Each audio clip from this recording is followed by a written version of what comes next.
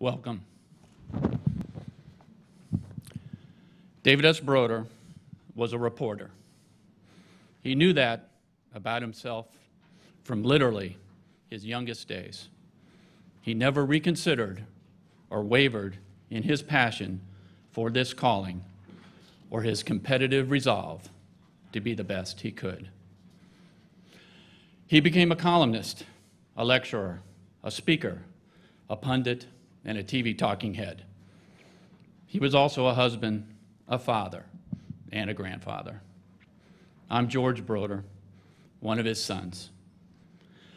I stand with you wearing his watch, which was his own father's watch, a Depression-era dentist from Chicago who tended to his patients and took payment in trade or cash only when they could convince him they could afford it.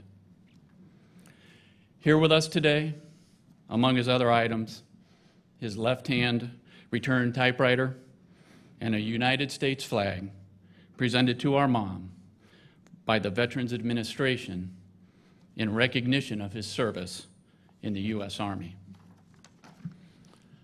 On behalf of my mom, Ann Broder, my brothers, Josh, Matt, and Mike, our wives, Wendy, Karen, Susan, and Robin, and his 7 grandchildren, Dan, Lauren, Maddie, Nicole, Emma, Julia, and Luca.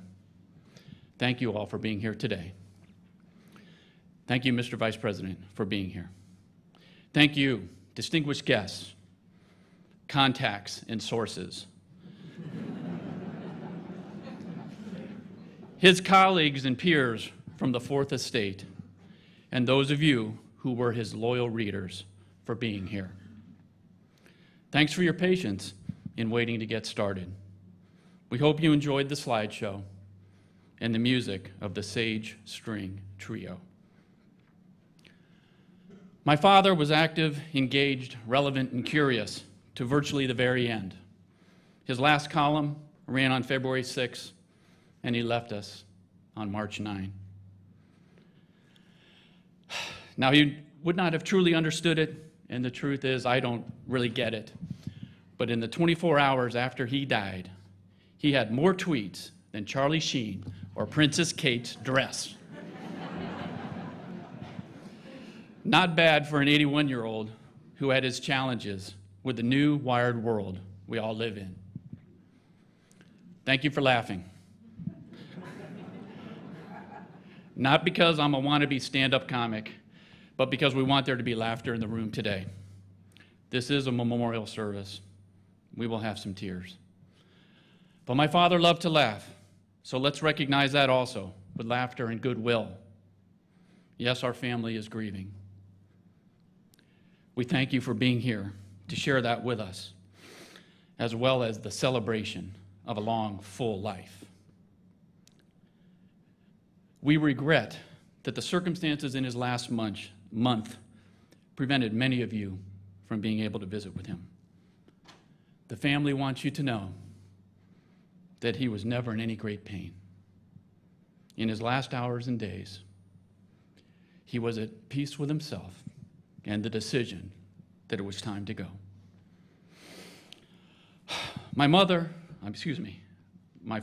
and my mother and our family, we understand and respect the place of faith in many people's lives, the strength and serenity that comes from this. We are not a religious family in the conventional sense. So we gather here today at the National Press Club at his direction,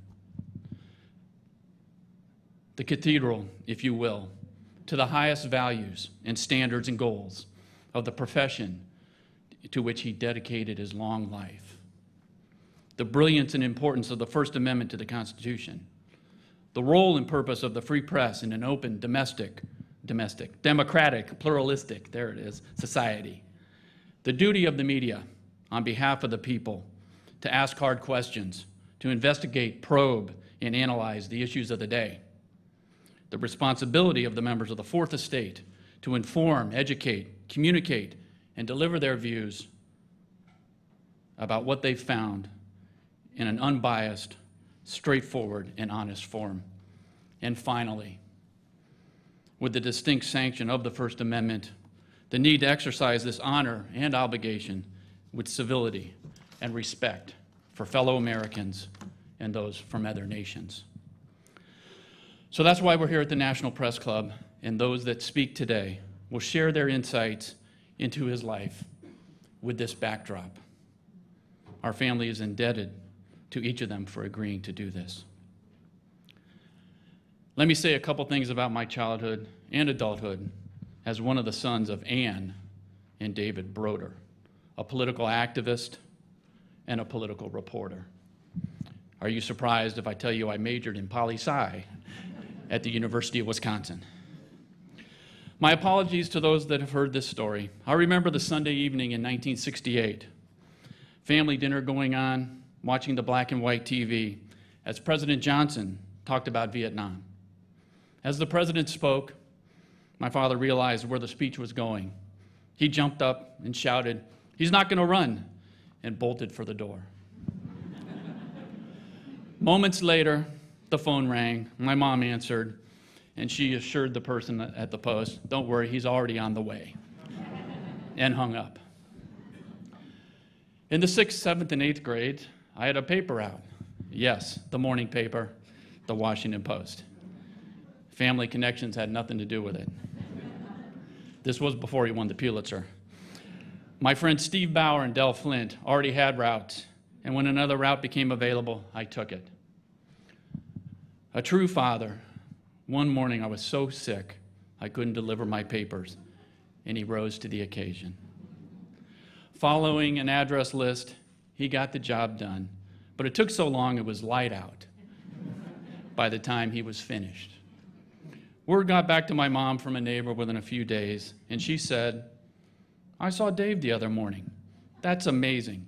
He writes the paper on Monday and delivers it on Tuesday." As an adult, like many of you, I was always delighted to be able to talk public policy and politics with him, and to talk sports. He loves sports, especially baseball. I'll miss talking with him about both. No more teasing him about the Cubs or commiserating about the woeful Redskins. In recent years, I wouldn't call it a tradition, but facing the countdown that we were on, I've made a point to always call him from my cell whenever I was going to my first baseball game of the year. Walking on the Embarcadero in San Francisco, usually with a cigar and a good pal, I'd tell him, "Matt Cain is pitching. We're playing the Rockies."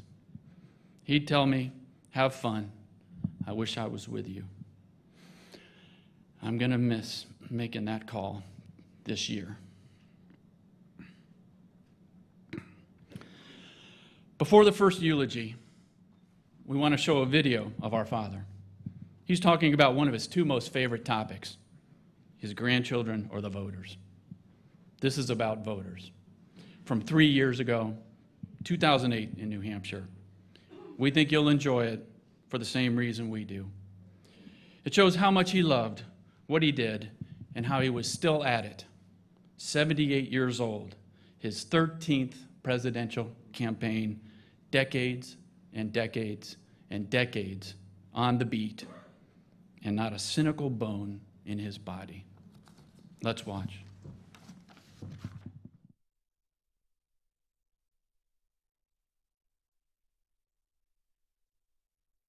I've got a lot of memories of talking to voters here and across the country. One of my favorite experiences in reverse was being run off of a property by a guy who came out with two very large dogs and made it very clear that if I didn't clear out of there pretty fast, he was going to let those dogs off their leash. What's fun about covering New Hampshire campaigns is that the people here not just the politicians, but the people themselves are really into it. I've been working on this campaign and Obama's. The prior campaign I worked for was when I was a senior in high school, and I worked for JFK. Wow! You see more front yard and back fence campaign signs in this state than any other place that I've ever been, because the people really do feel very committed to the candidates that they're supporting. And that level of energy that comes straight from the people is what makes New Hampshire politics just really wonderful.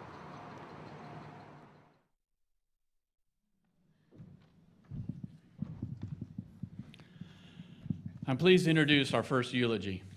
Staying with baseball, we have a grand slam lineup. We had to start with the newsroom, where my father spent so many years of his life when he wasn't on the road. I don't know what cosmic forces are in play, but he's got the same initials as our father, DB. And he's become a good friend to the rest of the family along the way. Dan Baltz from the 5th floor of the Washington Post.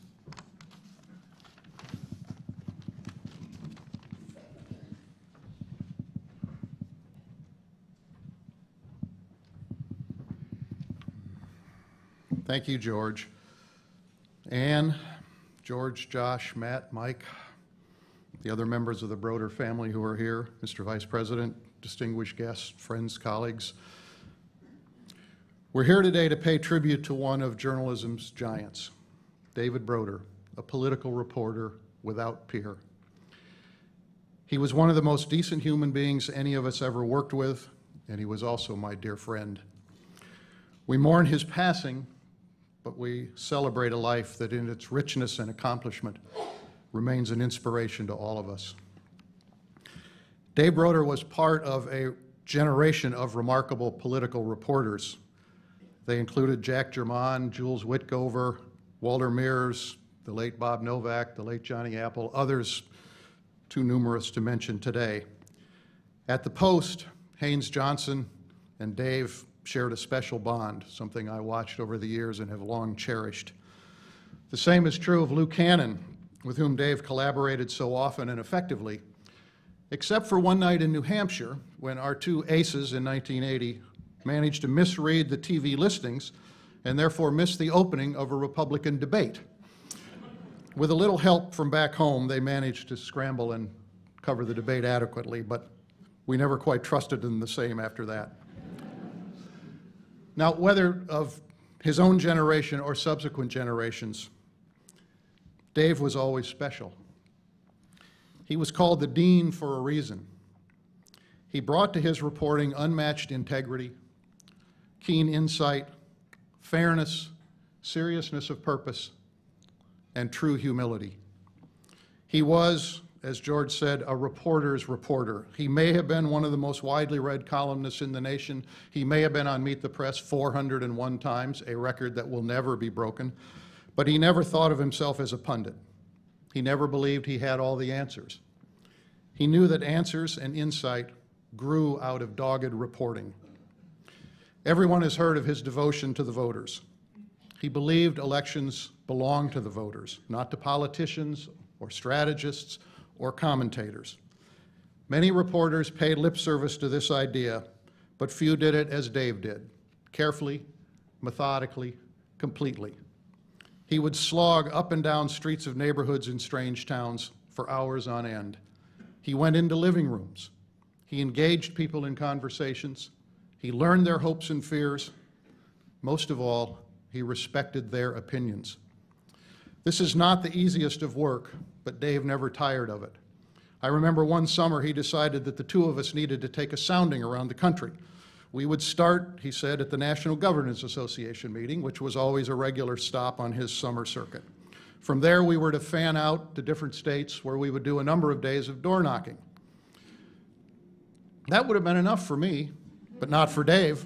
He declared that at the end of the week, we would meet up at the National Conference of State Legislatures meeting, where we would do another round of interviewing. I was more than exhausted by the time that week ended, but Dave was still full of vinegar and fight.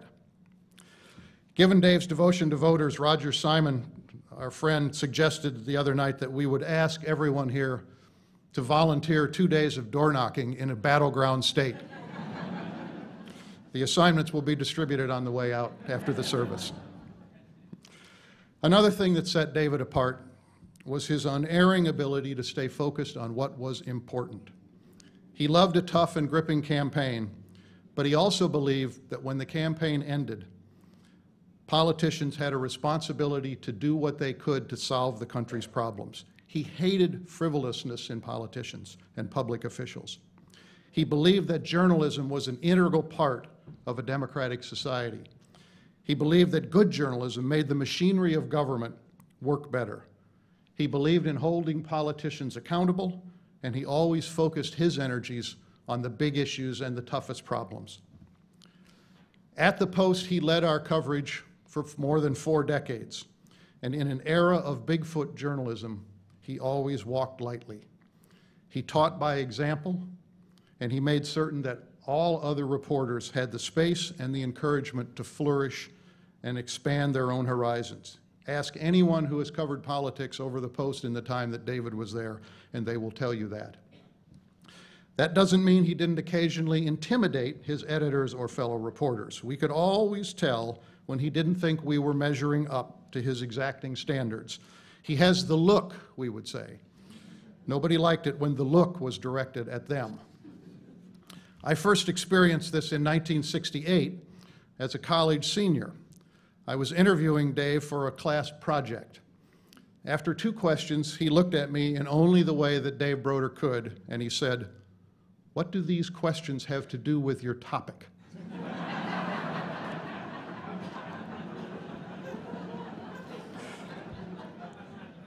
Once I pulled myself back up off the floor, Broder-like, he then gently helped me to figure out how to refocus my project to do it right. To younger reporters, he was always unfailingly generous.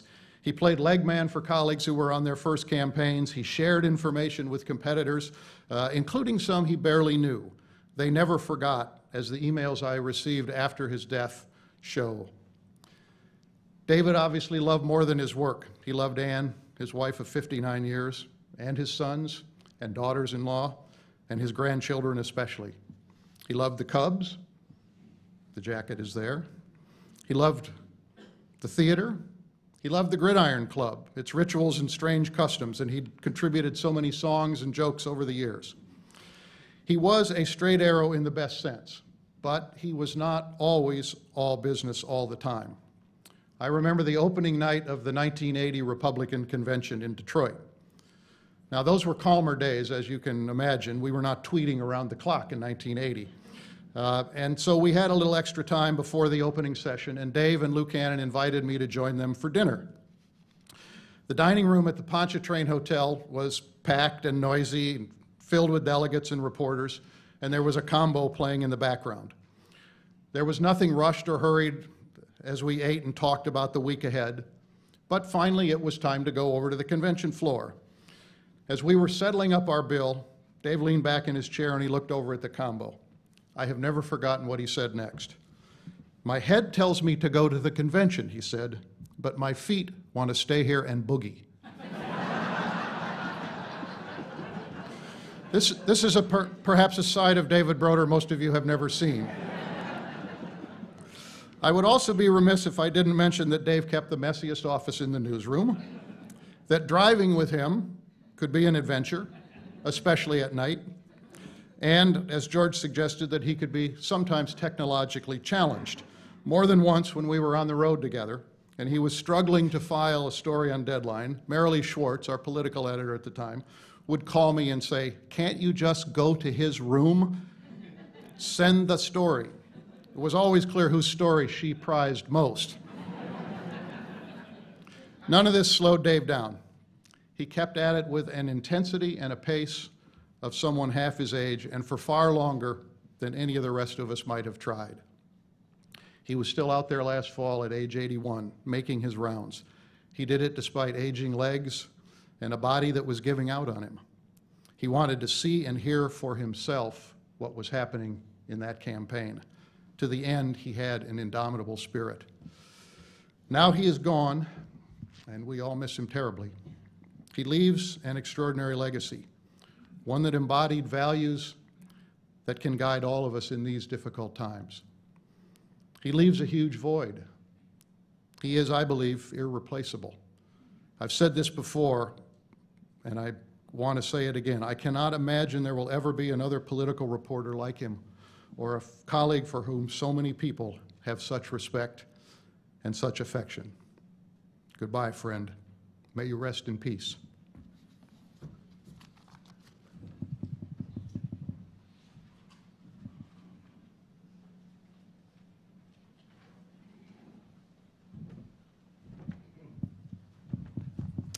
Thank you, Dan, for that beautiful tribute. Good afternoon, everyone. My name is Matt Broder, and thank you for coming together to honor our father today. I'm Ann and Dave's third son. One of my father's traits that came through repeatedly in the public testimonials after he died was his willingness to help younger reporters.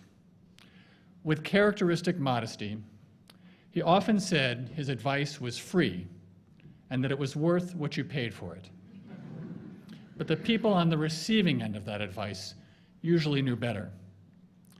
In that spirit, I'm going to offer a little advice this morning, or this afternoon, to all the young reporters who are out there wondering, how do I get to be a big-time pundit in the ultra-competitive world of journalism? How do I get to the 4,000 columns, to the 401 appearances on Meet the Press? I have the answer, drawn from the life of the dean himself, David Broder. Practice on your children.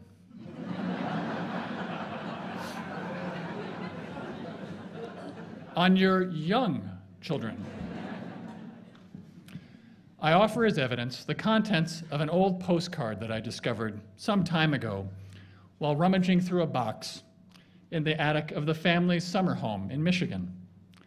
This was a postcard that my father had sent to me while he was on a reporting trip in 1964. I will do the math for you. The future Pulitzer Prize winner was 34 years old. I had just turned 5. On the front of the postcard was a studio photo of 3 Basset Hound puppies. The postmark was from somewhere in Texas, Houston, I think. Dear Matthew, the postcard began, do you like these puppies? These puppies are sad. Do you know why they are sad? They are sad because they lost their oil depletion allowance.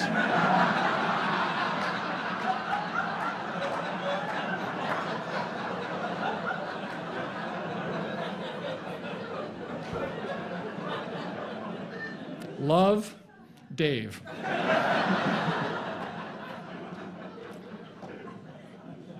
I will mention for only a moment the ridiculous situation that this put my mother in. Even a University of Chicago education doesn't prepare you to explain the oil depletion allowance to a kindergartner.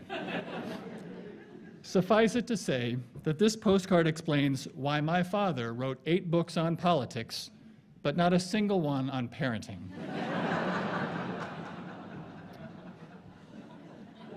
All kidding aside, this story provides an important insight about David Broder. He experienced the world through one lens only, the intersection of politics and policy. A postcard to a child became the chance to dwell on tax policy.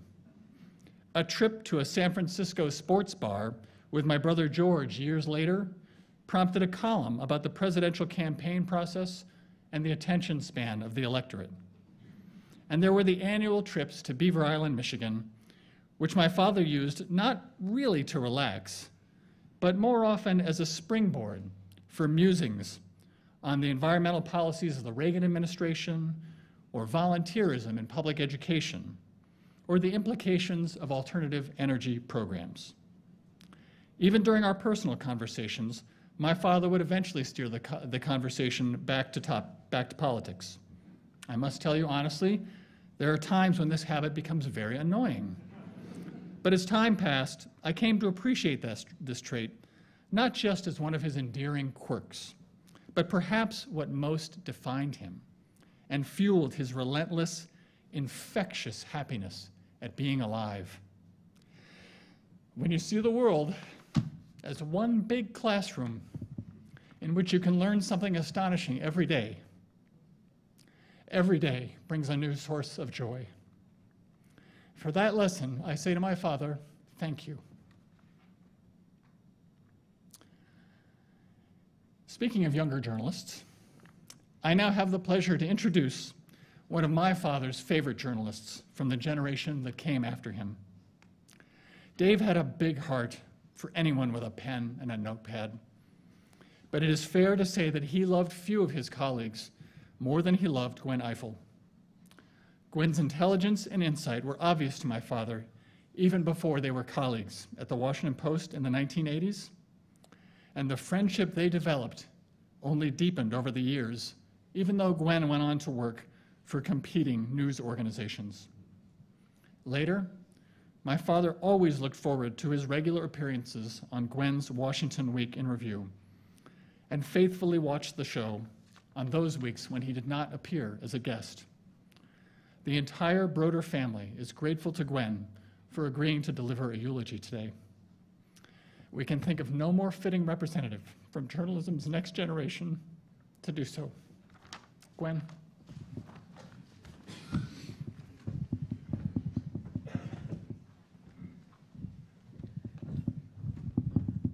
Okay, that was hard. Thank you, Matt.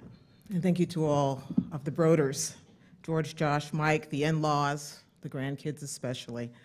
Thank you for inviting me to speak here today and for allowing us to borrow David for so many years.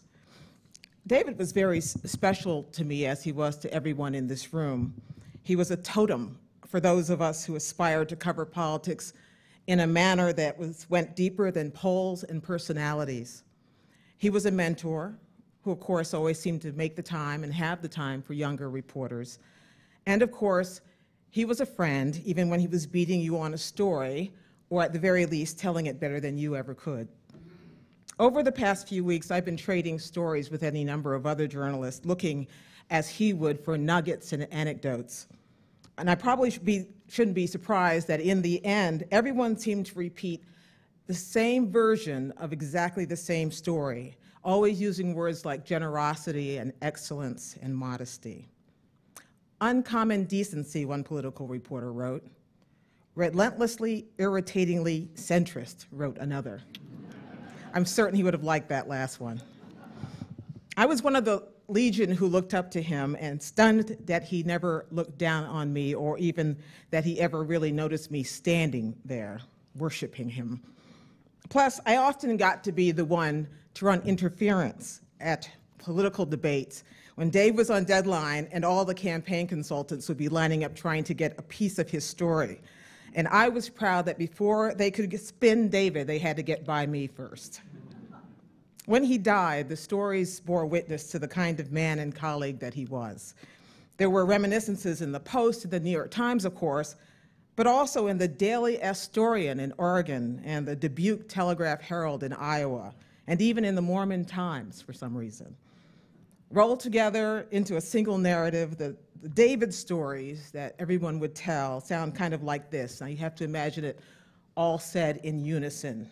It went like this. I first met David Broder when I was a green reporter out covering my first campaign, it says, goes this way. I did not know where to sit or how to sleep on the plane or how to pose a proper question or whether to force my way into a conversation with the big feet, or how to meet my crazy deadline, or how to just get the lead right. Then the story invariably continues. David Broder introduced himself to me out of the blue, or he invited me to sit next to him and closer to the candidate, or he advised me how to preserve my energy on a long campaign run on the road, or he handed me his own reporting to help complete my story, or he gently pointed out what the news was so I could put it in the first sentence. Then, if you were lucky, he would take you out to knock on doors or to meet governors or to join him for a candidate's interview. Collectively, we were all awed by the great man, grateful for his help, and much, much better for the lessons that he taught us. Or as one colleague / competitor told me, he just cared about politics and cared about the issues, and there was never, ever an agenda. David's wisdom reverberated in ways he could not possibly have appreciated. Back in 2006, when I took it into my head to write a book about the new generation of African American leaders coming of age, the first thing my Random House editor sent me was his own worn paperback copy of Changing the Guard, the book David wrote in 1980 about, you guessed it, a new generation of leaders coming of age. Nearly 30 years later, Dave was among the nicest reviews I received. He never even mentioned that, actually, I had ripped him off, inadvertently, but truly. When David traveled with Washington Week on the road, we went to Iowa State University once in 2000, and for the first time I got to see what a rock star he truly was. When I returned to Iowa State for another visit just last week, strangers there offered me condolences, and I realized that any place that politics is discussed, he is still a rock star. David sat around the table hundreds of times at Meet the Press and at Washington Week, on countless other television roundtables. He had his opinions, but he was seldom a pundit, always a reporter, and consistently the voice of good-humored reason. That shouldn't be unique, but it was, and it is.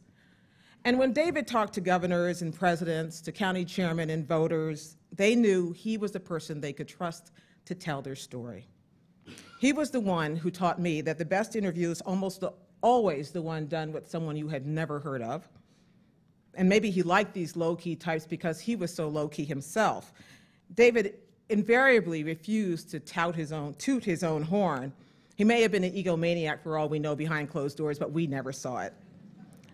In fact, he devoted an entire chapter in a book he wrote in 1987, Behind the Front Page, to telling the stories of what we, mostly he, got wrong. He recognized the warts in our profession, and he taught us about that too. He knew, for instance, how easily the press could be manipulated by politicians who knew how. But he also loved journalism in a way that allows many of us to still appreciate what is romantic about a craft and a profession that so often puts its flaws on display. He taught those of us who came up behind him, and there are a lot of us, many of us in this room today. He taught us how to work hard, how to appreciate authenticity, how to play nice with others, and always, always, always, how to remember to take a poke at yourself. I'll leave you with one Broder story that I love. It too was recounted in his book, Behind the Front Page. Richard Nixon apparently credited David with being one of the few people at the 1968 presidential nominating convention who knew in advance that he would pick Spiro Agnew as his vice presidential nominee. This, of course, was supposed to be a deep, dark secret. Trouble is, David said the story wasn't exactly true. He didn't know, which was bad enough, but what really bothered him about it is that this inaccurate little detail might survive him. He wrote, "How would you like to have on your tombstone, he knew it would be Agnew?"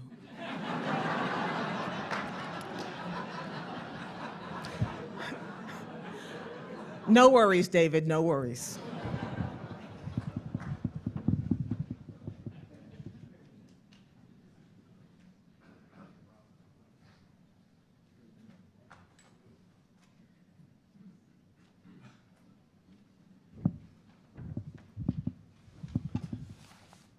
Thank you, Gwen. That was an amazing and wonderful tribute. Now it is my pleasure to introduce Michael Ryan. Mike is an accomplished soloist who many of you may know from his years of performances with the Gridiron Club. As a soloist for the Marine Band, Mike has given thousands of performances, including many at the White House, at Ronald Reagan's first inauguration, and Bill Clinton's second, as well as countless other venues. In addition to this, Mike was a frequent collaborator with my father in the annual Gridiron dinners.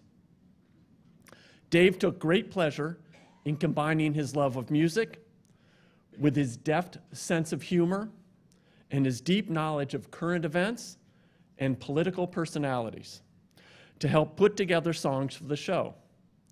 I know that he enjoyed working with Mike and always marveled at Mike's ability to carry the less musically inclined upon his shoulders.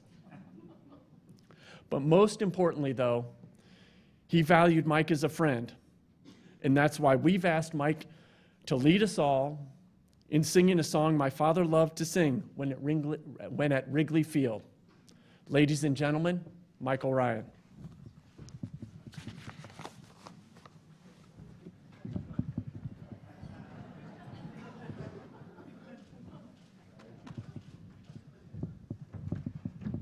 Well, ladies and gentlemen, you know what's coming now.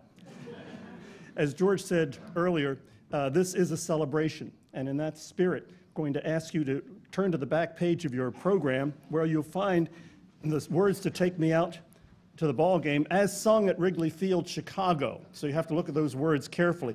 Now, just as we're all a little bit Irish on St. Patrick's Day, today we're all Cubs fans. So I'm going to ask you to stand and sing with me, Take Me Out to the Ball Game. And since it's such a short song, we're going to sing it twice. Here we go. Take me out to the ball game. Take me out with the crowd. Buy me some peanuts and Cracker Jack. I don't care if I never get back, so let's root for the Cubbies. If they don't win, it's a shame, for it's 1, 2, 3 strikes, you're out at the old ball game. Only now we have to sing it with real gusto. Here we go. Take me out to the ball game. Take me out with the crowd. Buy me some peanuts and Cracker Jack. I don't care if I never get back, so let's root for the Cubbies. If they don't win, it's a shame, for it's 1, 2, 3 strikes, you're out at the old ball game. Good job.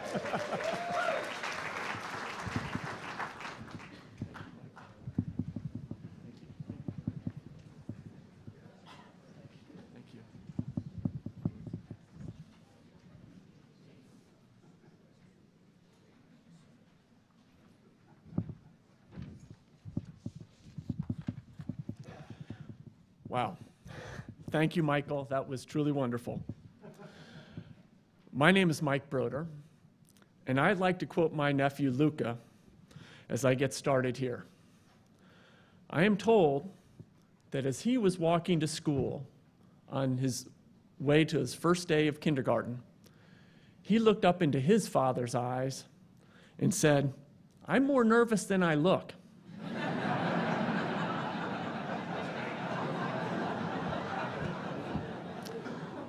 So Dave, I hope you know how I'm feeling right about now. Over these past 4 weeks, we've all been experiencing a public wake following Dave's death. The many tributes are touching, illuminating, and comforting. It's been a joy, frankly, to read and hear so many personal stories that all include some simple act of kindness and humility by Dave. I have to tell you that growing up in our household, we never heard Dave say, "Well, today I helped so-and-so with his or her career." You know, he just was not that into himself.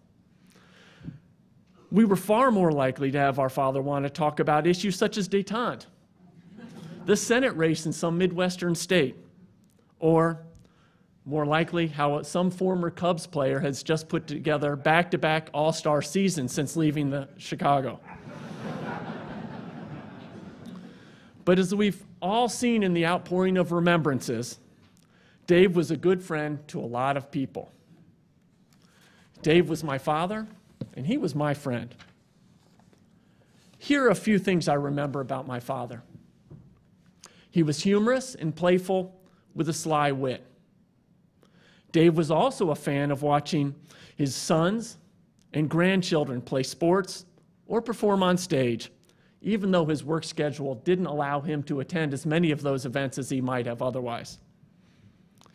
I remember him having a particular fondness for going down to the Potomac River to watch the three of us that rowed compete in crew races. The regattas were a place he could relax in some comfortable clothes and just be outside. Now, to be honest, crew is not often the best spectator sport. The races are a mile long and typically not easily observed from the spectator area. Go figure. But Dave would not be deterred. So during my high school years, he would often walk back across the Key Bridge to the Virginia side and scramble up the Virginia seashore or river side just so we could get a better vantage point on the earlier part of the races. Needless to say, he was the only spectator watching from the Virginia woods. And all of us in the boats could easily see him in the foliage, not just because he was shouting loudly, but because he was wearing bright fire engine red pants. And when we returned to the docks, others would ask, and I would confirm, yes, that's my dad in the red pants. Fashion choices aside, one of the things I loved most about Dave as my father was his ability to connect his personal and professional lives in very specific moments. My senior year in high school coincided with the 1980 presidential election. My government teacher, Alice Suffett, was a big fan of Dave's. So he and I cooked up an idea. It was mostly his. That he would take one of the short paper assignments that she gave me, and he would write the paper for me to submit. And as we expected, she came back to me a couple days after I had turned it in and said, "This is quite a good paper, but it's not written in your normal style. And I think there are a few parts you need to rewrite." I will never forget the look on her face when I told her who had actually written it. It was priceless. 4 or 5 years ago, Dave agreed to be interviewed by my daughter, Nicole, for an oral history project she was doing with a friend. The topic? How has my life been affected by the typewriter?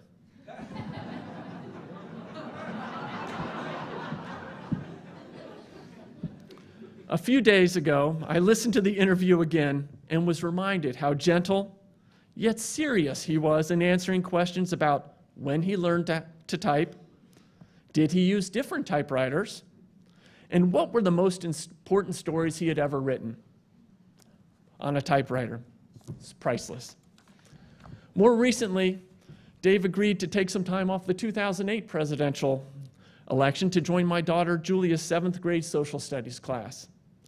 Seated in a middle school student's desk, he told them a little bit about his job, and then he answered questions like, is it hard to write a newspaper story every day? And have you met Barack Obama or Sarah Palin? His answers were thoughtful and constructed in a way that helped the students gain a perspective on how important presidential elections are. Priceless. I count myself lucky to have had Dave as my father and as my friend. My father made many important decisions in his life, and one of the best was to align himself with the Graham family and the Washington Post. In the weeks leading up to Dave's death, many people reached out to me to pass along their thoughts and best wishes to both my parents. Don Graham was one of those people. I quickly gained an appreciation of something my father had told me many times. Don Graham is a great friend. And since Dave's passing, Don has done so many things to help our family during this very difficult time, including being here today to deliver his own eulogy. Ladies and gentlemen, Chairman and Chief Executive Officer of the Washington Post Company, Don Graham.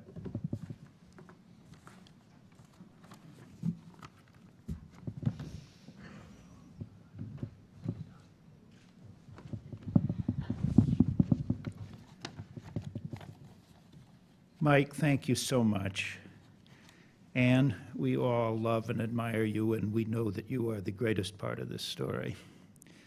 Mr. Vice President, members of the Broder family, distinguished guests, ink-stained wretches, and others. The year was 1964. Katharine Graham, a brand new publisher of the Washington Post for less than a year, had gone on the campaign trail to see for the first time how her reporters covered campaigns. She was with a man named Chalmers Roberts, the best reporter at the Washington Post, and with Charles Roberts of Newsweek, when a man she did not know walked up. "Kay," said Chal, "this is Dave Broder. He's the best in the business." Now pause a minute. This was 1964. Dave was already covering his second presidential campaign, and he'd covered local campaigns before that. He was with the Washington Star. Exactly one member of today's House of Representatives, John Dingell of Michigan, and one member of today's Senate, Daniel Inouye of Hawaii, were in office in 1964. President Obama was 3 years old. Vice President Biden was at the University of Delaware, where, according to his Wikipedia biography, quote, he was more interested in sports and socializing than in studying. More than 40 years later, Dave Broder would still have been introduced by his rivals as the best in the business, except that it would have been superfluous. His longevity was amazing, but it wasn't the most important part of Dave's study, of Dave's story. And when someone dies who has been so important to so many of us, it seems to me a good moment to say why. What made him so special at what he did? First, Dave knew exactly what he wanted to be. He was a member from high school days of the crazy class of people called reporters. They are as smart as their college classmates who go into law or banking or business. They understand they will not get rich as reporters, but they want to ask questions, they want to find things out. They can't explain why they want to do what they do. They love it.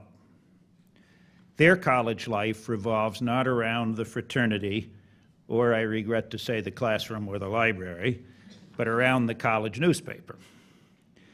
I don't know the other members of the University of Chicago class of 1947, but I would make a bet that David wasn't the wealthiest. But in his working life, I would bet he was pretty close to the happiest. Second among reporters, Dave was one of the lucky ones who absolutely fell in love with his subject. He never wanted to do one thing in the world but write about American politics.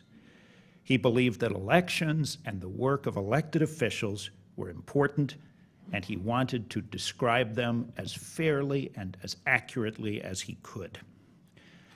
Robert Frost said it perfectly in a line, "My object in living is to unite my avocation and my vocation," and that is what David did. Third, David was the best colleague in the world. I remember having dinner with someone who had just joined the Post National staff as a reporter. He'd gone with David to a Governor's Association meeting, and he had a hard time describing it. How Broder had introduced him to dozens of his sources with the kind of praise for him as a reporter that would make those sources his as well.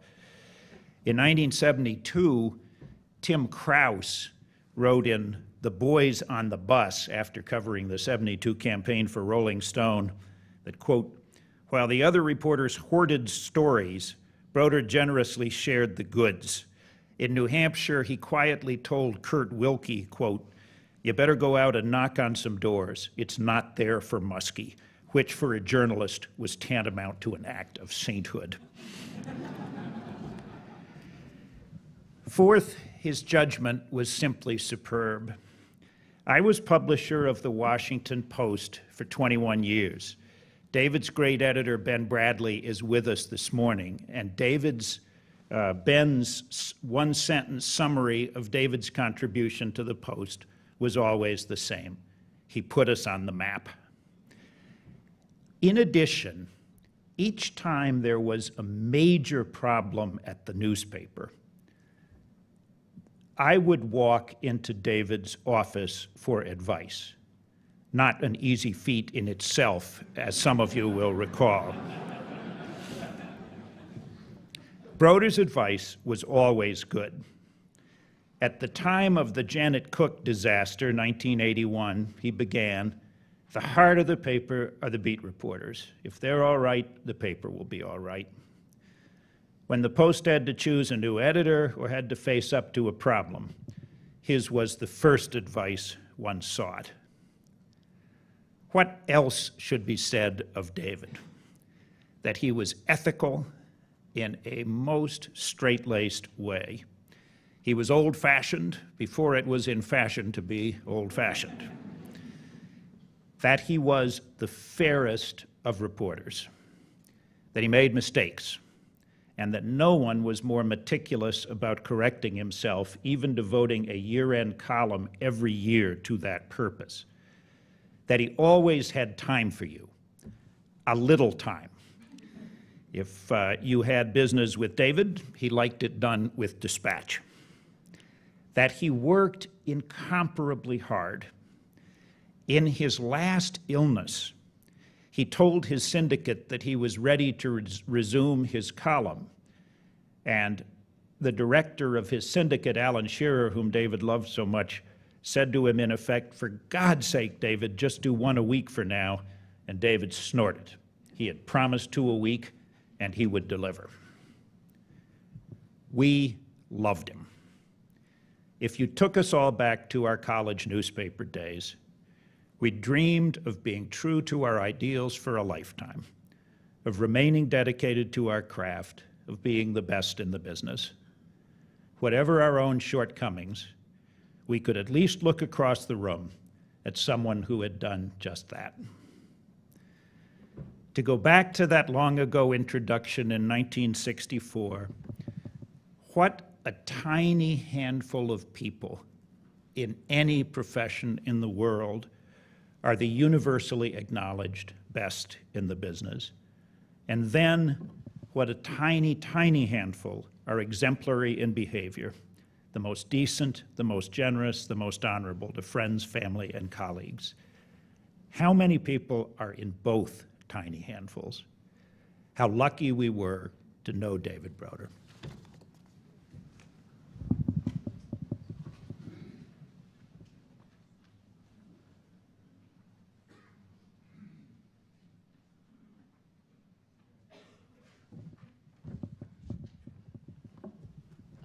Thank you, Don, for capturing the essence of our father so beautifully and succinctly. And let me extend just for a moment a thanks also to Ben Bradley for inviting my father to the party, a party that he enjoyed for more than 40 years. Thank you.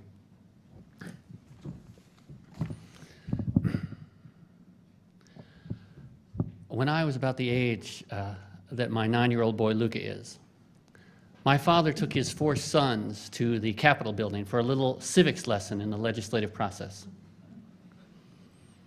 We're in the Senate gallery. It's a Saturday. Senate's not in session, but the gallery is somewhat crowded with tourists, and we 4 boys are sitting in the upholstered chairs in the front row. Our father is hunkered down in front of us, sitting against the railing, the empty well of the Senate behind him. And he gives us a detailed, clear orientation to the process of the Senate, the committee system, amendments, debate, and the engineered by design inefficiency of the body. And he concluded saying, and even if a bill manages to pass the Senate, it's not yet a law.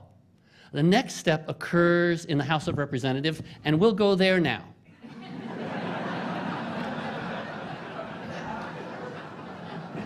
And my father stood up, and his 4 sons stood up, and about 15 tourists stood up.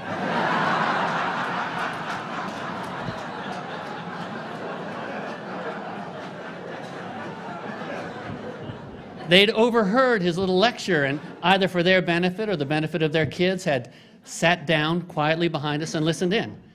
Dave gave each of them his Dave Broder handshake, and then all 20 of us headed over to the House of Representatives. I felt so proud of my father in that moment. But if I'd had any of the prescience that he'd show in predicting election results, I'd have also realized then that for the rest of his life, I'd be sharing my father with a lot of people. I've always been very proud of that. And to be honest, it's been something of a mixed bag.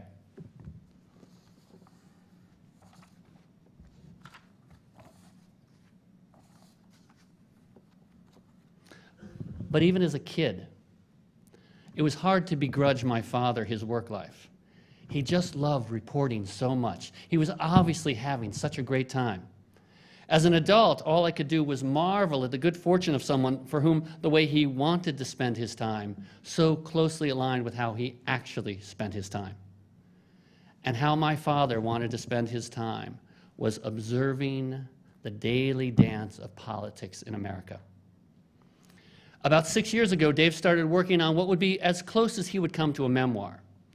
It would be about his experience of the great political personalities of his half-century in Washington, his Lyndon Johnson, his Tip O'Neill, his Teddy Kennedy. My wife, Karen, has done creative workshops with older people. And through her, I understand that this tendency later in life to look back, to sort through memory, is the inevitable process in a lifelong series of psychological stages of a healthy human being.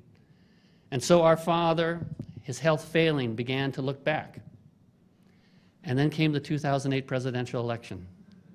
And Dave lost all interest in his book, lost all interest in the past, lost all interest in his memories, and got right back to today and how today would affect tomorrow.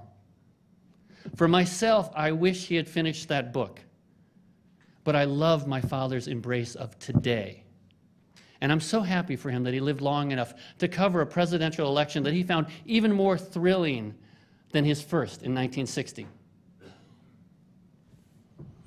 That passion for politics and policy supported him through the dynamic first 2 years of the Obama administration, stuck with him almost to the very end of his life, right to his last week among us.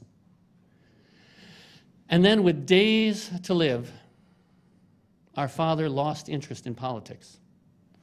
He no longer wanted heard read to him articles about failed parliamentary procedures in the Wisconsin State House. He joined the other 99.99% of the population. But when Dave Broder loses interest in politics, what's left? I'll tell you.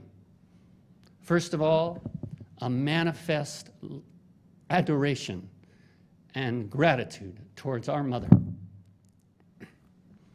Beyond that, laying in his hospital bed, waiting patiently for death, our father was to everyone, family, friends, kind, good-humored, solicitous, appreciative, gentle. 50 years ago in the Senate gallery, what drew those tourists to David S. Broder was his expertise. A month ago, what had orderlies, nurses, doctors stopping by his bedside for an extra visit and to see to his comfort was our father's goodness, his decency.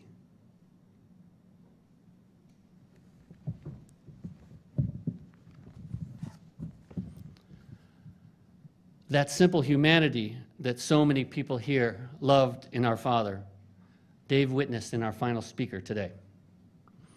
In 1987, on the occasion of then Senator Biden's withdrawal from the 1988 presidential race, Dave wrote, "Last summer, I saw Biden walk away from a large number of fans at a Chicago meeting. Many were political activists any presidential candidate would be happy to would love to recruit, and instead closet himself for close to an hour with a stranger in pain. The man had almost broken down while telling Biden he had just learned he had a fatal disease, AIDS. He could deal with the threat to his life, but not the prospect that his treatment might leave his family financially bankrupt. What kind of society is this? He asked in his pain. Dave continued, that much I overheard. The rest was between Biden and this man. When I saw the man later in the meeting, he seemed calmer. Biden had found a way to help him, if only by listening. That compassion deserves to be noticed. In Dave's more than 4,000 columns for the Post, he wrote about or mentioned Joe Biden more than 100 times. He was not always so generous. He once said Biden preferred to fuzz the issue than give a straight answer. On another occasion, he felt Biden lacked a clear set of standards on foreign policy. But often, Dave cited Joe Biden as an exemplar of themes our father returned to again and again. He admired Biden's high road contributions to the public conversation about Iraq in 2006, Biden's advocacy of fiscal discipline in 2003, and Biden's bipartisan collaboration with Senator Richard Lugar. And always, Dave appreciated straight talk. In a column following Joe Biden's selection as Senator Obama's running mate in 2008, he wrote, if Obama is honest in saying he wants a vice president who will be direct and will not worry about offending the president, he has found the right man. On behalf of Dave's family, I am honored to welcome the Vice President of the United States, Joseph Biden.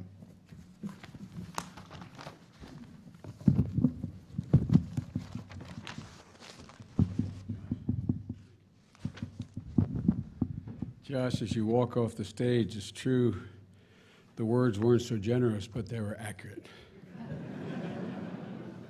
Always accurate. There's no higher God than truth, said Mahatma Gandhi. I think that David Broder shared that view. Josh, thank you for the introduction. And let me say, Ann, to you and the boys and the whole family, I am, as I said to you privately, I'm truly honored that you'd asked me to be here today. I am probably the most out-of-place person in this room, representing not one who worked with David Broder, but one about whom David Broder wrote, along with many, many other people.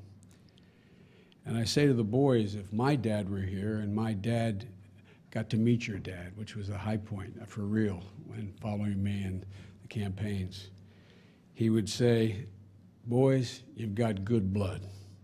You've got good blood. I want you to know that I'm fully aware that this task is beyond my capacity to find the words to do justice to what your husband, your father, your grandfather meant to our institutions and those things that assure that our democracy persists. From my perspective, and it was a totally different perspective than all the other speakers, from my perspective, David Broder lived a life that was full and complete. My dad had another expression. He'd say, it's a lucky man, tell all this to his children, it's a lucky man who get up in the morning, put both feet on the floor, know what they're about to do, and thinks it still matters.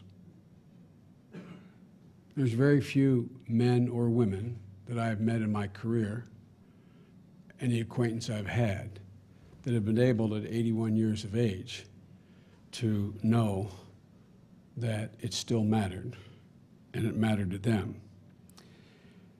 Dave Broder's entire career, and I don't know it post-career, or previous to his career, seemed to me to be spent ceaselessly and elegantly in pursuit of the truth, which is an often difficult commodity to find in this town, and I might add probably any town.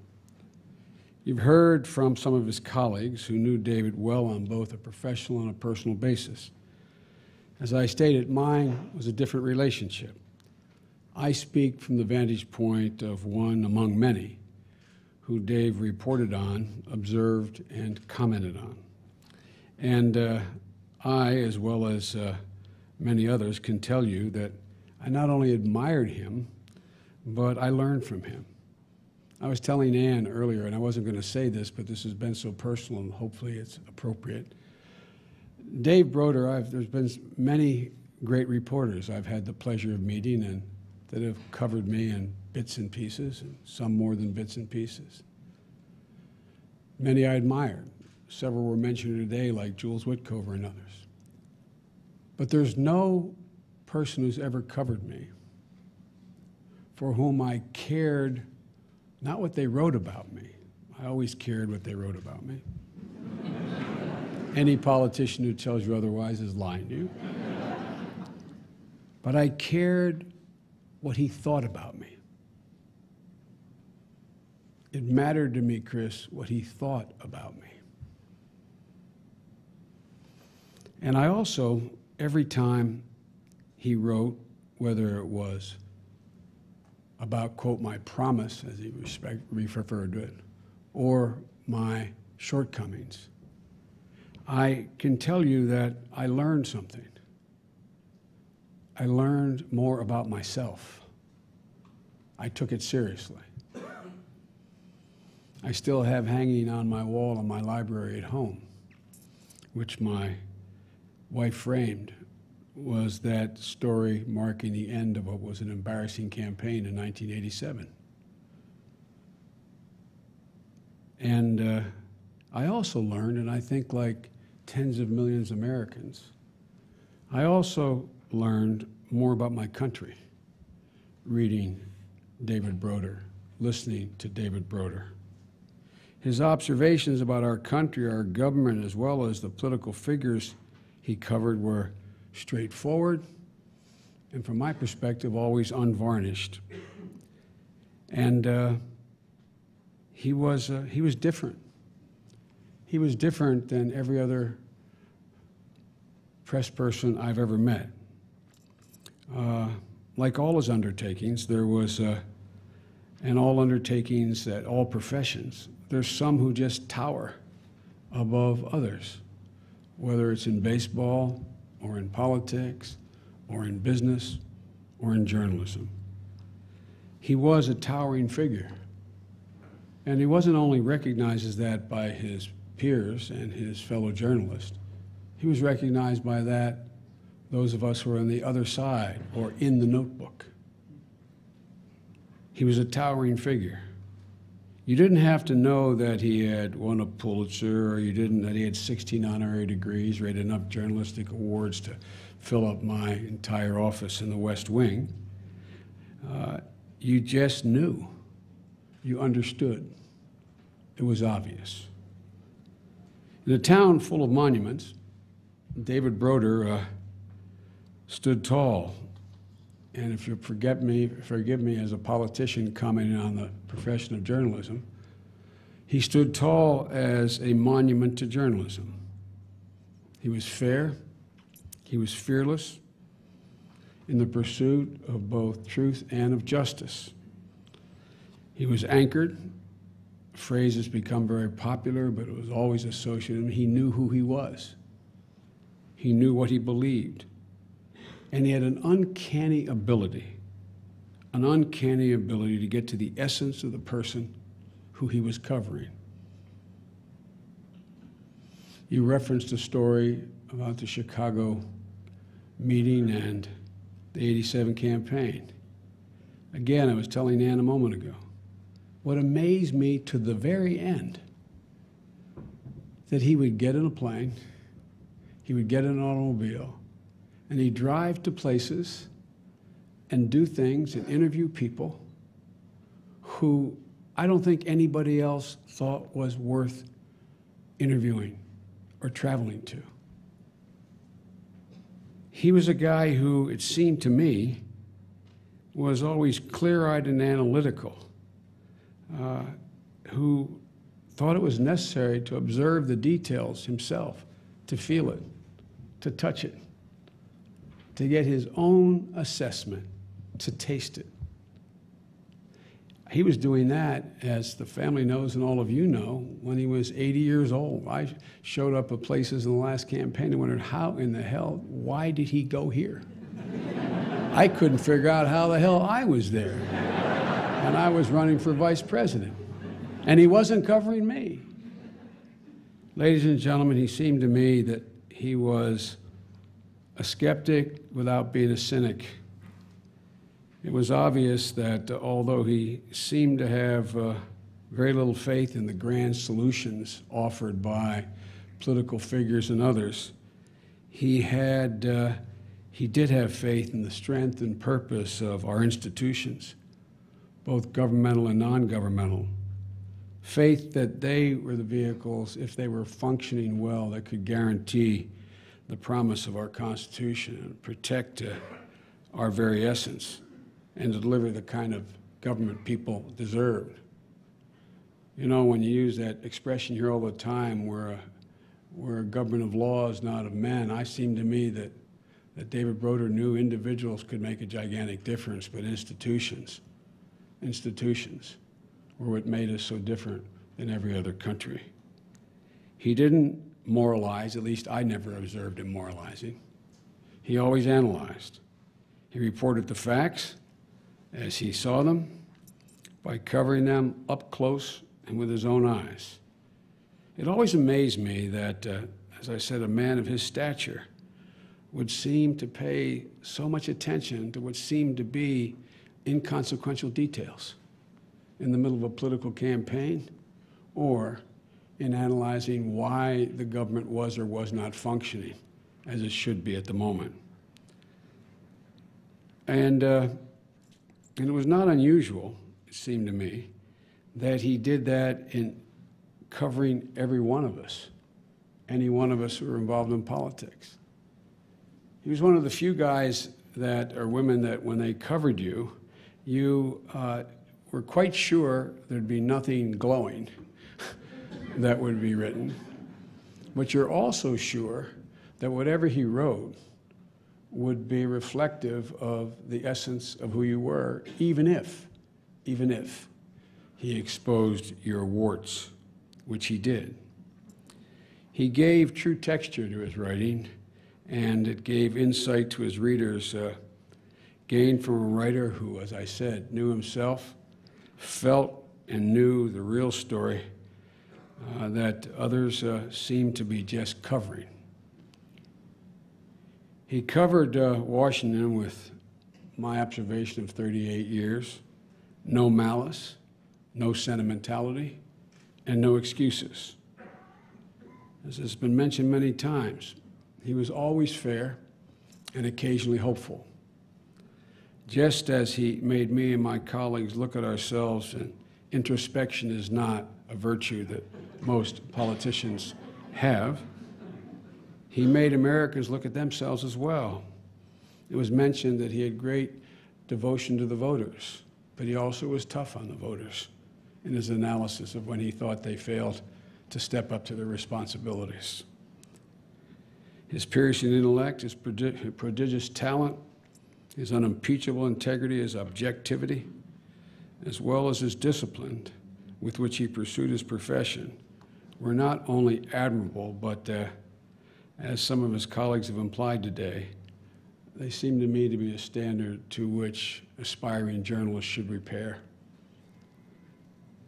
Emerson once wrote in his essay on self-reliance, he said, an institution is little more than the lengthened shadow of a man. An institution is little more than the lengthened shadow of a man. Dave Broder cast a very, very, very long shadow. And our nation will be indeed lucky if the next generation produces one, let alone several, David Broders, casting their own lengthy shadows over the next generation. Truth isn't always beauty, but the hunger for it is, wrote the Nobel laureate, Nadine Gordimer. David's hunger was insatiable. I learned more about him today than I thought I knew. And our world is a little more beautiful because of that insatiable hunger he had.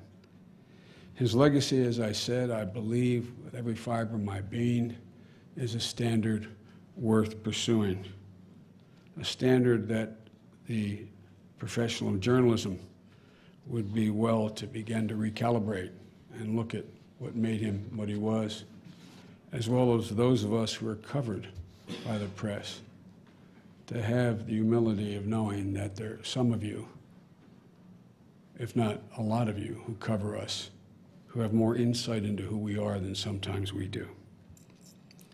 May he rest in peace.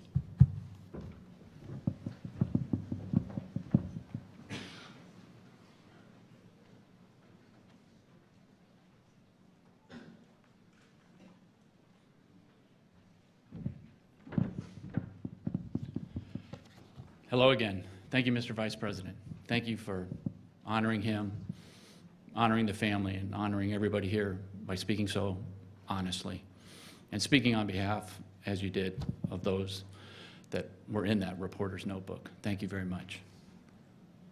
As we conclude, thank all of you again on behalf of the family for helping us say farewell and celebrate the life of our father, our grandfather, David S. Broder. Our father was a patriot in the truest sense of the word. To end this service, we've asked Michael Ryan to lead us in the singing of God Bless America. Following the song, please remain for a few moments in the ballroom as our family and the Vice President leave the room. A reception will begin shortly on this floor on the other side of the building. Please wait for the voice of God and the Secret Service to alert you that it's okay to leave the room.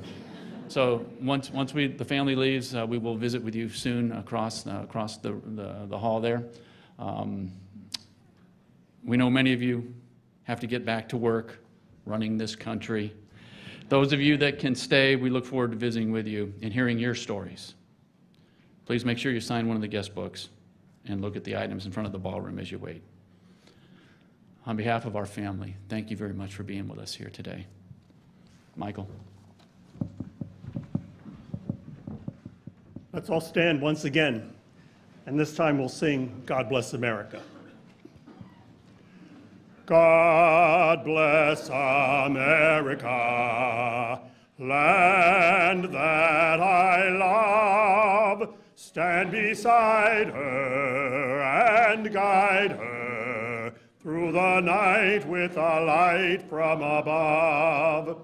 From the mountains to the prairies, to the oceans white with foam, God bless America, my home, sweet home. God bless America, my home, sweet